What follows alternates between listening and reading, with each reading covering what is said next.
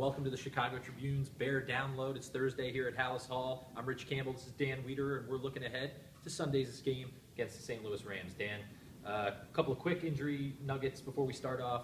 Shea McClellan, practice full. Isaiah Fry in the secondary, limited to non-contact drills, staying with Craig Steltz. Overall, the defense is, I was going to say putting it together health-wise, but they're really not. Paya's still out, and they're still trying to piece things together. All season long it's been that way, Yeah. and obviously it causes some disruptions in continuity and chemistry, and we've seen some of the results, obviously, as we're going to allude to as we talk about the St. Louis Rams and some of the challenges that they can put on this defense. Right, and in talking to Jess Fisher, Rams coach, in the teleconference on Wednesday, he said that after a really rocky start by the Rams, they decided they were going to get back to running the ball. It's what they wanted to be as an identity on their offense, and they've done so with Zach Stacy, rookie out of Vanderbilt. And this hits right at one of the Bears' biggest weaknesses, the run defense. Yeah, the Rams came out of back-to-back losses in weeks 3 and 4 to the Cowboys and 49ers by 24 points. And I think they were sobering losses that send a coaching staff and a team behind doors and say, hey, we've got to change something. Something's got to change here. We've got to figure it out. They went to a more run-first attack, and they found Zach Stacy, who really was sort of a diamond in the rough, so to speak, a fifth-round pick. A guy didn't really have a whole lot of production in the preseason. They started the season with Darrell Richardson as their starting running back, and he's been banged up. And that window of opportunity opened for Zach Stacy, and all of a sudden, like you see so often in the NFL, all of a sudden there's a revelation. This guy's a tough runner, may not have elite speed, but can get between the tackles, move the pile a little bit, has a little bit of that build, as Mark Trestman alluded to today, like Ray Rice.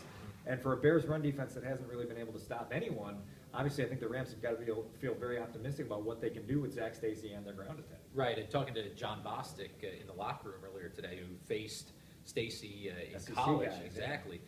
He talked about how Stacy runs behind his pads, and it's sort of like an Eddie Lacy type comes to mind. I mean, maybe not the type of speed that Lacy has on the top end, but again, it's a matter of consistency. Mark Trestman just talked about it a few minutes ago. Consistency in the running game. You saw Ray Rice break off the 47-yarder on the first carry, yeah. Right, where Stephen Pye gets blocked inside, the guard gets to John Bostic, and Ray Rice has a running lane. But after that, the Bears did a decent job of limiting Rice's average, and so it's a matter of consistency, making sure that they're fitting on every play, because, as Mel Tucker says, it only takes one to skew the numbers and to break the game open. That's it. You looked the week before against Reggie Bush. I think he had 15 yards in the first half, and you say, boy, the run defense really shored up. And then Reggie Bush gets loose in the second half, goes up over 100, as every back-to-face the Bears has been doing in recent weeks.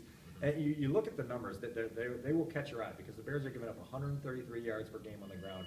It's 31st in the league. The only team worse is the Jacksonville Jaguars. Yeah, wow. 1-9, a team that has held the second half lead in only one of their 10 games, and so that gives you an indication that teams are running the ball on them, protecting double-digit leads in the second half, and so that's why those numbers are up there. And the Bears are only 6 yards ahead of that, only a small fraction of a step ahead of the Jaguars. So obviously, that's still the Achilles heel of this defense. They got to get something figured out if they're going to be not only a playoff team, but to have any chance to do anything in January. Right, and I think the Bears looked at Baltimore game last week and saw better performances from Julius Peppers on the edge, Corey Wooten inside, holding the point of the attack, setting the edge. Peppers did it a couple times. He finished with 12 tackles, one of his best games to this point.